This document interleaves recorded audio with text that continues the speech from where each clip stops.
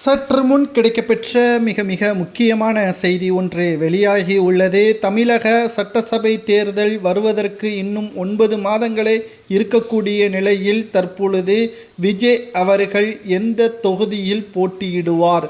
தமிழக வெற்றி கழகத்தை தொடங்கிய தலைவர் விஜய் அவர்கள் எந்த தொகுதியில் போட்டியிடுவார் என்ற மிகப்பெரிய எதிர்பார்ப்புகள் ரசிகர்களுக்கும் தொண்டர்களுக்கும் எதிர்பார்ப்பை அதிக அளவில் ஏற்படுத்தி இருக்கிறது என்றே கூறலாம். இந்த நிலையில்தான் விஜய் களமிறங்கும் தொகுதி என்ன என்பது நமக்கு கிடைக்கப்பெற்றிருக்கிறது. அதைதான் இந்த வீடியோவில் முழுமையாக நாம் பார்க்க போகிறோம். மதுரை மேற்கு தொகுதியில் விஜய் போட்டியிடும் 1,10,000 வாக்குகள் வித்தியாசத்தில் வெற்றி பெற்றுவிட்டதாகவே போஸ்டர்கள் அடிக்கப்பட்டு ஒட்டப்பட்டு வித்தியாசமான போஸ்டர்களை ஒட்டி கவனம் ஈர்க்கும் மதுரைக்காரர்கள் இந்த விஷயத்தில் மதுரைக்கு மட்டுமல்லாமல் சமூக வலைதளங்கள் மூலம் தமிழ்நாடு முழுக்க கவனம் ஈர்த்துள்ளது. போட்டி போடாமலே தற்பொழுது விஜய் அவர்கள் வெற்றி பெற்றதாகத்தான் பார்க்கப்படுகிறது. அதுவும் குறிப்பாக மதுரை மேற்கு தொகுதியில் இதற்கு முன்னால் யார் போட்டியிட்டார் என்பதை நாம் முதலில் பார்க்க வேண்டும். 1980ஆம் ஆண்டுகளில் சட்டமன்ற தேர்தலில் மறைந்த முன்னாள் முதல்வர் எம்ஜிஆர் அவர்கள் போட்டியிட்டு வெற்றி பெற்ற தொகுதிதான்.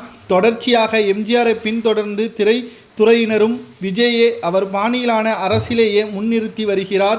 திமுக எதிர்ப்பை பேசிக்கொண்டே திராவிட அரசியலையும் முன்னெடுக்க வேண்டும். அதுதான் இதுவரையிலான அதிமுகவின் வாக்கு வங்கியாகவும் இருந்துள்ளது.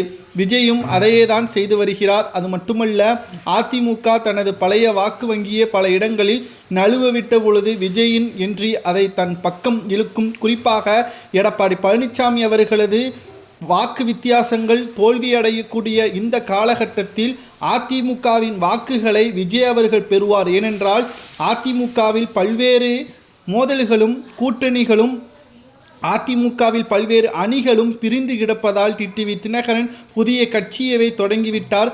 OPS சசிகலா இவர்களது வழக்கு நீதிமன்றத்தில் நடந்து கொண்டிருக்கிறது. தென் மாவட்டங்களில் அதிமுகவின் ஆட்டம் கண்டு ஒட்டுமொத்தமாக நிலைகுலைந்த நிலையில் இருப்பதால் இந்த வாய்ப்பை விஜய் அவர்கள் பயன்படுத்தி மதுரையை தன் வசமாக்கப் போகிறாரா விஜய் என்ற தகவல் தற்பொழுது கிடைக்கப்பெற்றுள்ளது.